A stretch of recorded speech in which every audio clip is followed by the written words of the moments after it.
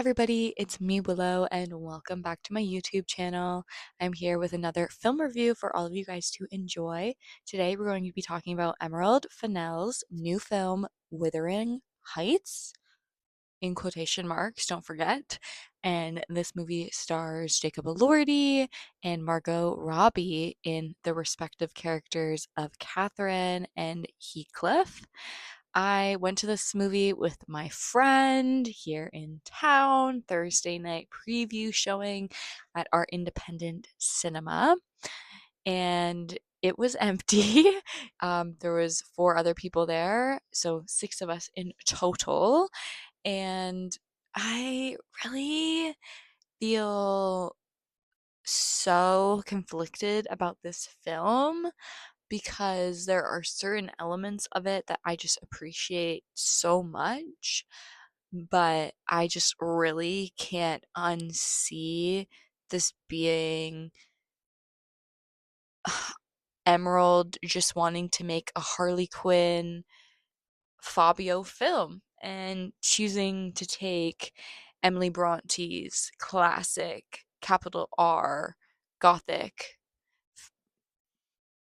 material and just make it into what it was onto the screen. So, yes, this is going to be a little bit more of a negative review.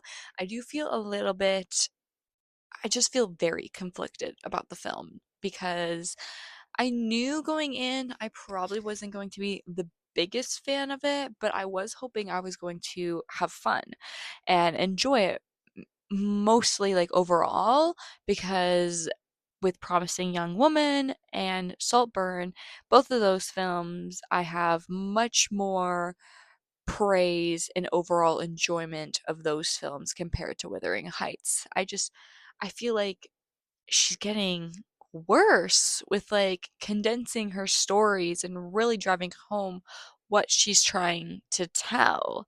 And I just feel like she always tries to have that like little twist or bold little moment. And I just, I liked it in Promising Young Woman. Didn't really work for me in Saltburn and just definitely doesn't work for me here in Wuthering Heights. So I'm really intrigued to see what other people are thinking about Wuthering Heights. I've been hearing lots of mixed reaction leading up to its premiere this weekend. So I feel like now that's going to be out wide this Friday. I'll be very interested to see, what the overall like positive and negative reception is going to be. I have not seen the Rotten Tomatoes score or the Metacritic, so I'm going to be definitely looking that up and seeing what the overall opinions of the critics. And I just also the cinema score would be interesting as well because that's like the audience's reaction. So I think the audiences will give this a little bit more of a positive ones, especially like over the Valentine's Day weekend because this does have that unrequited romance element to it.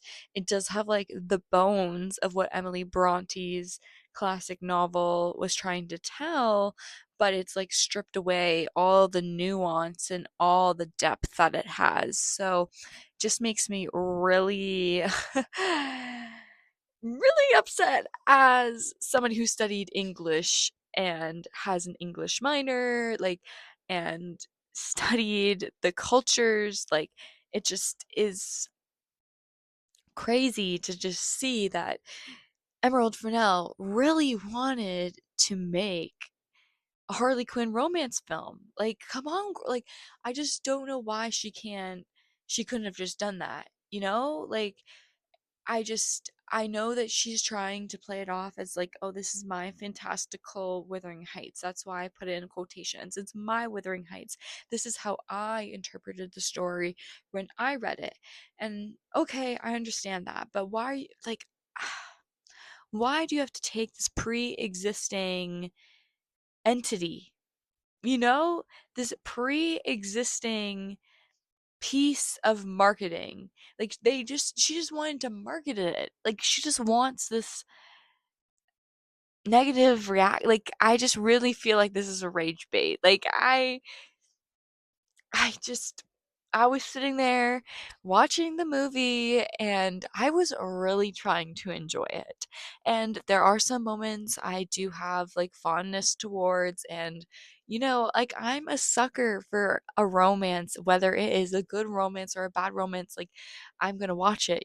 I'm just that type of romance. Like even parts of Regretting You, I thought that film was so primitive, but I still cried at moments of that film, and I still cried at the end of this film. I still felt for them, like that it was the bones of what Emily Bronte writ, wrote for us. Like, ah, just to see this romance and it fall apart, this unrequited love that is supposed to be so strong, and it just drives me insane because Catherine and Heathcliff are really their own villains. Like, if we're being honest, like, I just feel like the emphasis of the societal stature, like, it is talked about, but I don't know if it's emphasized enough. Like, I just feel like things are kind of talked about, but maybe glossed over just a little bit too much. Like, I dropped my friend off and I told her, I just don't know how I feel about this film. I feel so conflicted. I'm very confused. I feel so overwhelmed but yet so underwhelmed at the same time. So I don't know. Like, again, it's not bad per se. I don't think the performances are lackluster. Like, I did enjoy Margot Robbie. I did enjoy Jacob Elordi. I loved him as a Fabio character. Like, he's just like gorgeous. Like, don't get me wrong, he is just so gorgeous. And he's taking his shirt off and we get all these like kind of like gaudy moments of his back, and like there's just another like I just feel like all of this depth that we're supposed to have, this yearning, this lingering, it just doesn't work. It doesn't develop. It doesn't come to fruition. And I do think a big part of this is the fact that we just completely gloss over the fact that Heathcliff is not a white man. He's a person of color, specifically probably of Indian descent, some sort of Asian, or possibly of some African descent. And it's just completely glossed over. And it's even talked about in the beginning of the film. Like the whole discussion with Heathcliff coming into Catherine's family and Mr. Ershaw taking him in at the bar drunken and saying, "Oh, that man was probably his father." I don't think that man was his father. I think that was probably his master, his owner, and he just like didn't want him anymore and gave him to you to be his servant. Like, hello, servant. Like, I can't. And the fact that we call him her pet so often in the film, and then the whole conversation at the end with the Mrs. Heathcliff towards Isabella, and Catherine gets so upset and territorial, and she tells Nellie, "No, that's my name because I named him. He belongs to me." Like, I'm sorry. We can't just avoid this conversation, this narrative piece. It can't just be a played into romance territory over, oh, he's like, we were raised together. He's basically a brother. He's mine. Like, this incestual type. Like, no, no, like the whole race, just I'm so frustrated. I just feel like I can't enjoy, like I was trying, like again, I was really trying to fully enjoy myself and immerse myself in this fantastical Emerald Fennell Wuthering Heights.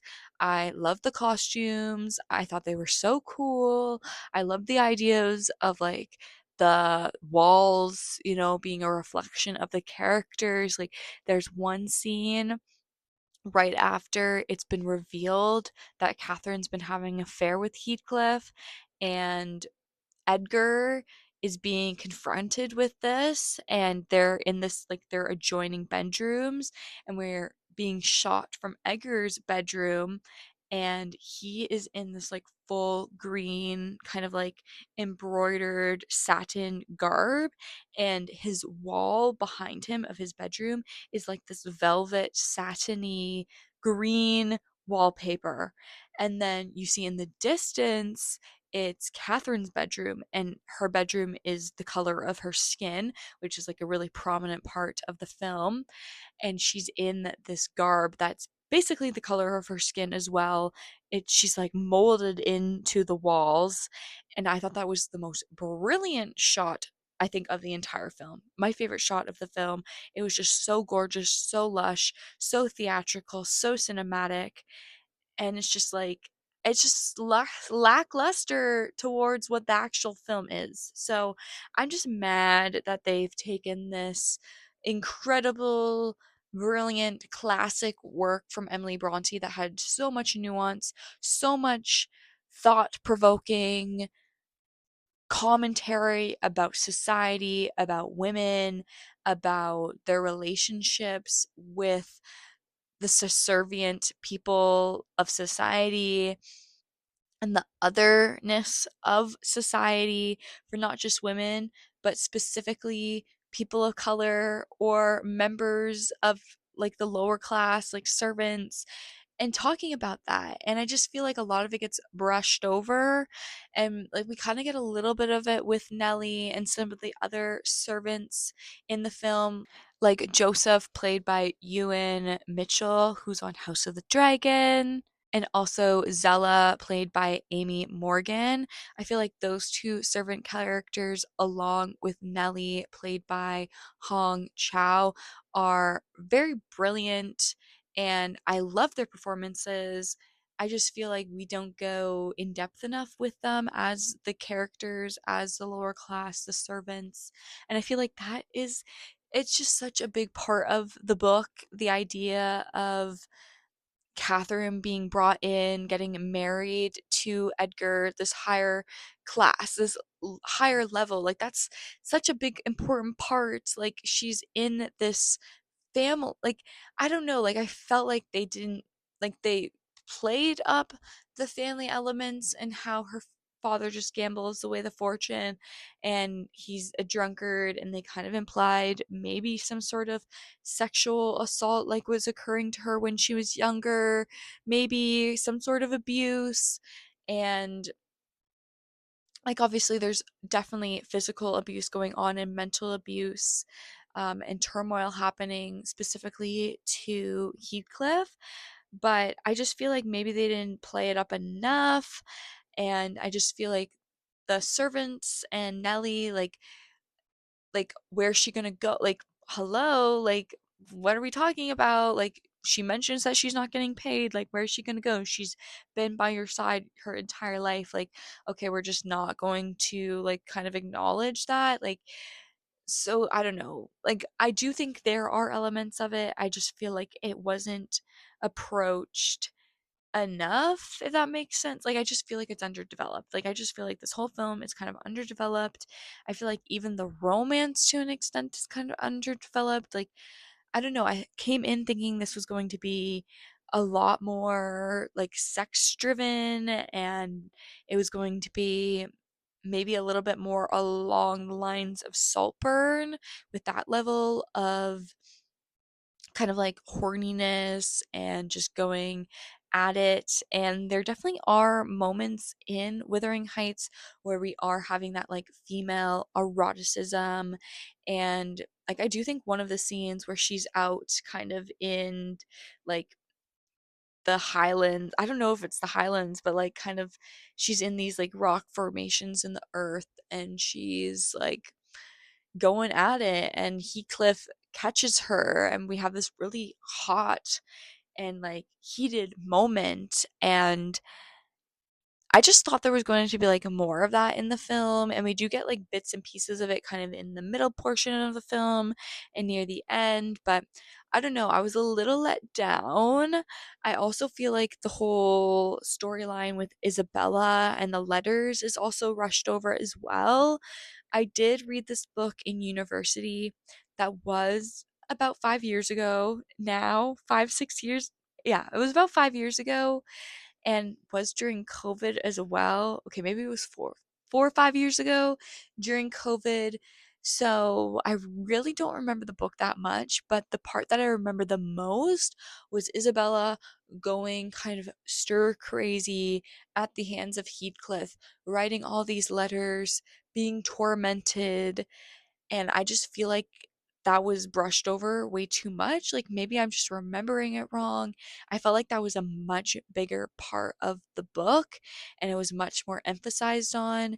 And with this, we just get like a couple short scenes of Isabella being kind of held in Wuthering Heights, being driven mad by this love, lust, abuse that she's getting from Heathcliff. She's also a very like naive character too, kind of like doesn't know, like she doesn't know what she wants, right? Like she's been locked away with Edgar her whole life, given everything that she's ever wanted, ever fancied, never had to face anything hard in her life until this moment with Heathcliff. So like I got mad that Elizabeth or Isabella is kind of underdeveloped as well because I thought she was so well portrayed by Alison Oliver. I also totally did not recognize her from Saltburn. So I love her. Like I feel like her from Saltburn from here is just so intriguing and I just am finding her as an actress very very like exciting and I'm excited to see what she does in the future because I think her and Hong Chao are definitely my favorite performances I think in the film. And I also really like Shazard Latif, hopefully that's how you pronounce his name, as Edgar. I really liked him as well. People said that he was the villain, and I felt like he was not the villain at all. Like, just how they were portraying him, I felt like he was the victim in this whole situation. Like, I just really do find Catherine and Heathcliff to be the villains of this. And again, I can't really remember the book too well, so I'm not sure if that's similar to how it's portrayed in the book, but I just find Catherine so grating, and I know that's kind of a little bit of the point of her character, but I lack a lot of sympathy for her and Heathcliff. I do feel bad. Like I feel like they definitely deserve each other. So that's why I think I like kind of shed a tear at the end because I'm like this unrequited love. Like they just never get to be together at the end and they just made everybody around them miserable. I also wanted to add that I really liked Owen Cooper in the film as well as young Heathcliff. I wanted to clarify that he was the one that made me cry at the end of the film. I really liked his moments throughout. He has a couple different ones at the beginning. There's kind of like this one middle portion moment that he gets, and then at the end, he has like a little beautiful moment. And I just thought that this was a great little role for him, despite, all the racial stuff with Heathcliff. But I'm just very happy for him after adolescence and all the success he's had at that. I thought he did really shine in this small little role that he got as the younger Heathcliff.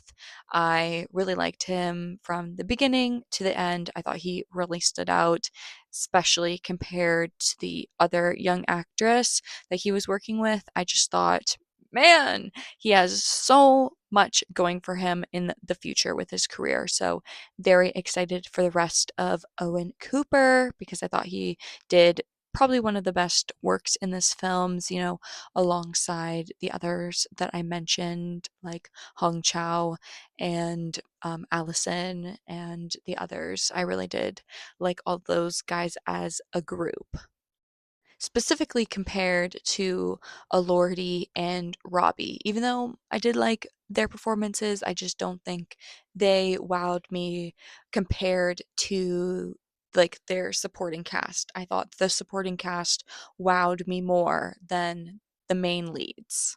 And obviously we get that like bittersweet moment at the end, but I don't know. Like I just feel very conflicted about the film.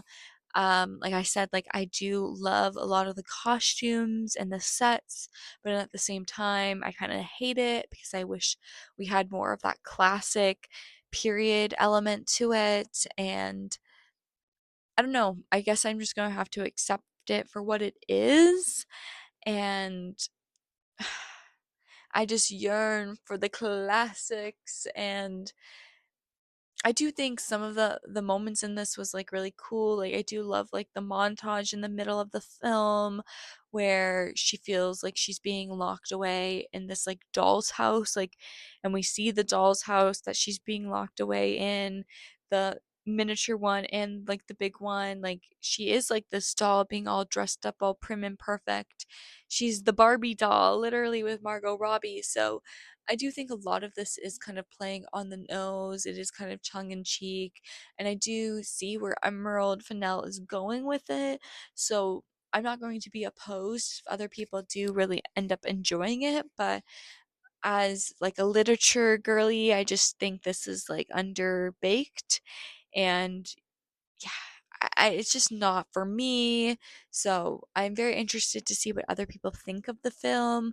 I do like Charlie XCX's soundtrack. I thought that was very intriguing. Personally, my favorite song was this like sea shanty that's in the film. It's played twice. I don't think it's Charlie. Maybe it is.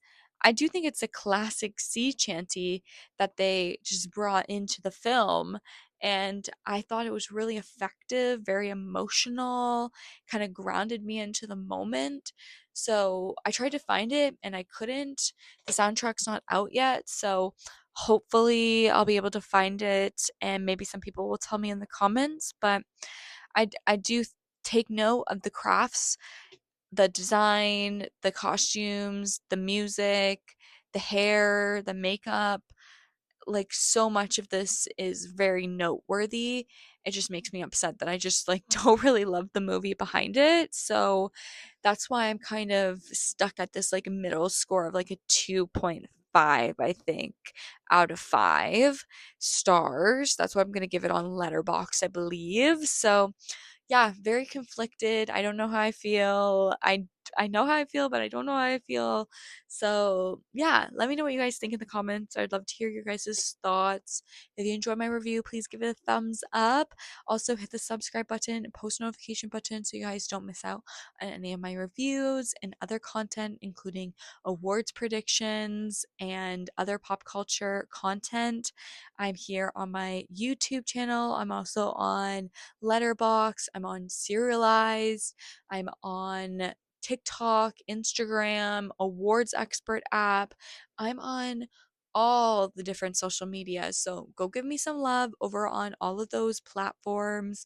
I'm so grateful for my community to continue to grow here on YouTube and on all of those platforms. And when you guys engage, we get more people to join and to grow here in the Willow Steel channel with our cinema loving community. So thank you guys so much for the engagement. I'm so grateful for the love and the support.